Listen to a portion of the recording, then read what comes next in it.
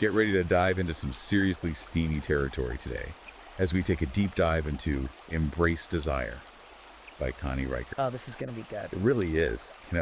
Riker just completely unpacks how female erotica has evolved, like from being this hidden thing to, what it is today, this powerful force. Yeah, it's amazing. It's almost like watching a taboo transform into a tool. Exactly. Like a tool for empowerment, right? Yeah. And you can really see how technology and changing attitudes have fueled that shift. Totally. And it's not just about, access to these stories. It's about women owning their narrative. Yes. It's about embracing desire on their own terms. Owning it. Yeah. And Riker, she really gets into how this genre dismantles the male gaze. Yeah, she does. It's like she takes those tired old patriarchal norms and just throws them out the window. The window, yeah. Bye-bye. Gone. So one thing that Riker digs into is how those ancient myths, like Beauty and the Beast, connect to modern erotica. Oh, that's fascinating. It is. It makes you think, right? Like that whole beastly transformation thing. Right. It's everywhere, even in those classic fairy tales. It's true. But what I find really interesting is what Riker says about the power dynamics. Yeah, the innocent woman, the monstrous but powerful man. What's the appeal there? It makes you wonder why we're drawn to these stories. Like, is it that primal desire for a protector? Or is it something deeper? Like, are we subconsciously drawn to this idea of taming the beast? It could be a bit of both. Maybe that yearning for a partner who's, like, both powerful and vulnerable at the same time. That's a good point. But, Riker doesn't shy away from the potential downsides either. Right, because sometimes that beastly behavior is just a way to justify some pretty toxic stuff. Exactly. It's a reminder that a challenging relationship shouldn't mean sacrificing your well-being. Right, exactly. Okay, let's move on to another dynamic that Riker explores, the whole alpha versus beta male thing. Oh, this is a juicy one. It is. It is. And Riker argues that female desire isn't about picking sides. It's about recognizing the appeal of both. So it's not just about the strong, dominant alpha, but also the sensitive, reliable beta. Yeah. Like, is there a way to have both? Right. It's that tension between the two that's so interesting. Like, maybe you want a partner who's both your passionate lover and your best friend. Exactly. Someone who embodies both strength and emotional intelligence. It's about balance, right? Yeah. Someone who can protect and provide, but also truly understands you. Absolutely. Okay, this next topic is one of my favorites. Exotic escape. Oh yeah, let's go there. Pirates, sheiks, tropical islands, sign me up. Yeah. But Riker, she goes beyond just the escapism. Right, she digs deeper. Yeah, she connects those settings to themes of adventure, forbidden desire, even danger. Oh yeah, that danger element definitely adds to the excitement. It does. And it allows for exploring power dynamics that you might not see in everyday life. Exactly. Like imagine a pirate captain who takes what he wants, or a sheik who commands obedience with a glance. Ooh. I like where this is going. It creates a space for women to explore fantasies of submission and dominance. But in a context that feels safe, right? Right. It's not all about far-flung places, though. Riker also explores urban fantasies, those involving billionaires, especially. Ah, yes, billionaires. Scrapers, penthouses, lives of luxury. It's like the modern fairy tale. It is. But why do you think those settings are so appealing? Well, the urban setting itself becomes a symbol, like of power, ambition. So maybe it reflects a desire for control, security, or that yearning for a modern-day fairy tale. I think it's all of those things. It's about escaping limitations, indulging in a world where anything is possible. I love that. Now let's talk about a setting that always gets pulses, racing hospital. Oh, the medical world. Riker dives into the appeal of medical erotica, and it's so much more than just finding doctors attractive. Oh, absolutely. It's about the power dynamics. Right, like that heightened sense of vulnerability when you're a patient, coupled with the trust we place in medical professionals. Exactly. The doctor, often a surgeon, has this position of authority, expertise, maybe even control over life and death. And Riker points out how this setting can flip traditional gender roles. Yes, we often see women in those dominant roles. So they're not just saving lives, they're taking control of their pleasure. Rewriting the script. I like it.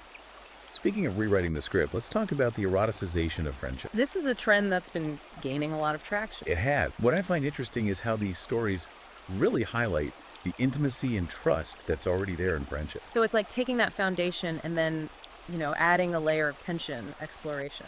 Exactly. It challenges those typical romance tropes.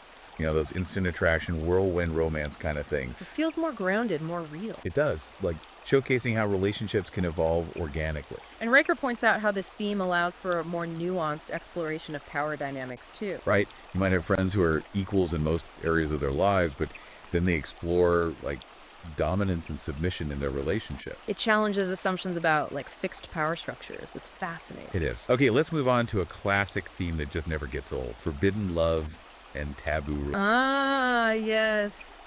The allure of the forbidden. It's a classic for a reason.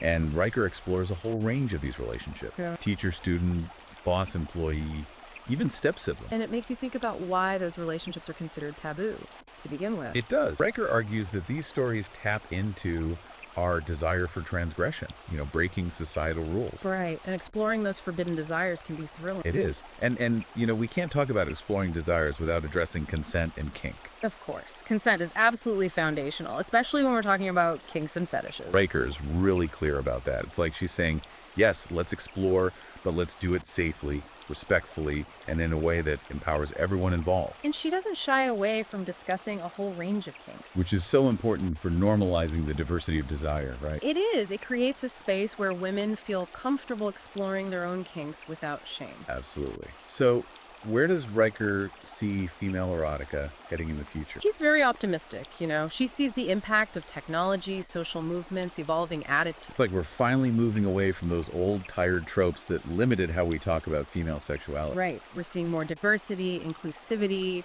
a real focus on female pleasure and empowerment. It's about women owning their narratives, their bodies, their desire. And that's incredibly powerful. It is.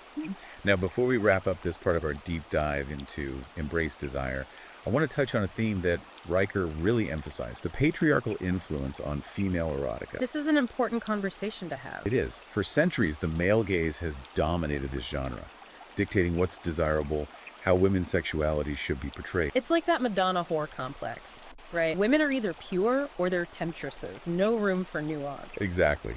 And female erotica is pushing back against that. Hard. It's about reclaiming female desire and portraying it in all its complexity. All its richness. Riker also explores how religious beliefs and societal expectations have shaped how women view their own sexuality. It's true. There's so much shame and guilt that's been ingrained in us. For generations. And that shame is often used to control and suppress women's desire. But female erotica is challenging that, saying no more. It's like a giant screw you to those who try to shame women for wanting pleasure. For exploring their sexuality. Exactly. It's about breaking free from those constraints, embracing our sexuality on our own terms. And celebrating it, not shaming it. Celebrating it, yes. Yeah. And recognizing that women's sexuality is just as diverse and complex as men's. If not more so. Now, before we move on, I want to leave you with a question that Riker poses. How can we create a space where women feel truly empowered to embrace their desires, free from judgment and shame? That's a powerful question. It is. It challenges us to examine our own biases and assumptions. Especially when it comes to erotica, a genre that's often demonized or dismissed. And it pushes us to dismantle the structures that try to control and suppress female desire. It's about demanding a world where women's pleasure and empowerment are celebrated. Not condemned. Absolutely. And that's a conversation we need to keep having. Yeah. And it really makes you think, dismantling those old structures, could it lead to a better future for everyone? Right. Like maybe liberating female desire actually benefits all of society. Exactly. Okay, so Riker spends a lot of time in Embrace Desire discussing the subversion of the male gaze. That's so important, especially in this genre. It is. I mean, historically, erotica has been so shaped by male perspective. Right. Like what men want to see, what they find desirable. For so long, women's bodies have been seen through that lens, Totally. Reducing them to objects, ignoring what women actually want. Exactly. But Riker argues that female erotica is pushing back against that, reclaiming the female gaze. It's about showing the world what women really desire. Not what men think they desire. Yes. She talks about authors like Anais Nin and Erica Jong. Oh, pioneer. They were groundbreaking, exploring female sexuality from a woman's perspective. Paving the way for a new generation of writers. It's like they opened the door for women to tell their own stories. On their own terms. And technology has played a huge role in that too. Oh, absolutely. Riker talks about how the internet and self-publishing have given women more control. They don't need permission anymore. Right. It's like they can bypass those gatekeepers who often prioritize the male perspective. Exactly. And that's led to a much more diverse representation of female sexuality, wouldn't you say? Oh, for sure. We're seeing a wider range of desires, kinks, relationships. It's really exciting. Like, the digital age has given women the tools to reshape erotica. To own their narratives. Okay, before we wrap up our deep dive into Embrace Desire, I want to touch on one last thing. Self-love and accept it. This is so crucial. It is, especially for women who are constantly told they're not good enough. Right, like we're supposed to shrink ourselves, be ashamed of our bodies. And that makes it hard to embrace our sexuality, to experience pleasure. Absolutely. But Riker's message is so clear. Love yourself, accept yourself, and embrace your desire. No shame, no apology. It's about recognizing that our bodies and desires are worthy of celebration. And that true sexual liberation comes from within, from radical self-acceptance. It's a journey, you know? It is. It's not just about reading erotica or exploring fantasies. It's about building a healthy relationship with ourselves. With our sexuality. And that's a message I think everyone can get behind. Absolutely. It's about reclaiming our pleasure, our power. Well, I think that's a great place to end this part of our discussion. It is. Embrace Desire is a fantastic exploration of female sexuality. I highly recommend it. And if you're ready to embark on your own journey, you can find Embrace Desire on Amazon Kindle and Google Play Books. Yeah, it's about recognizing that liberating female desire isn't just like a personal thing. It can really impact society as a whole. It's about understanding that it, benefits everyone. So Riker dedicates a big chunk of Embrace Desire to talking about subverting the male gaze. And that's so important, especially in a genre like this. It is. I mean, for so long, erotica has been told from the male perspective. Yeah. Catering to male desires. Right. It's like what men find sexy, how they view women's bodies. Exactly. Women's bodies have been portrayed through that lens, reduced to objects. Yeah, and often ignoring what women actually find pleasurable. Yeah, exactly. Well, Riker argues that female erotica is challenging that. It's like taking back control. Claiming the female gaze. Yes. And she talks about authors like Anais Nin, Erica Jong. Oh, they were trailblazers. They were exploring female sexuality from a woman's perspective. Which was revolutionary at the time. It was. They paved the way for so many writers to come. Giving them permission to be honest. To be authentic. Yeah. And technology has had a huge impact too. Oh, absolutely. Riker talks about how the internet and self-publishing have given women more control over their story. It's like they don't have to wait for someone else to give them permission to share their work. Right. They can just put it out there. And bypass those gatekeepers who, maybe aren't as interested in the female perspective. Exactly. And that has led to such a wider range of stories being told. Oh, yeah. More diversity, it's amazing. It is.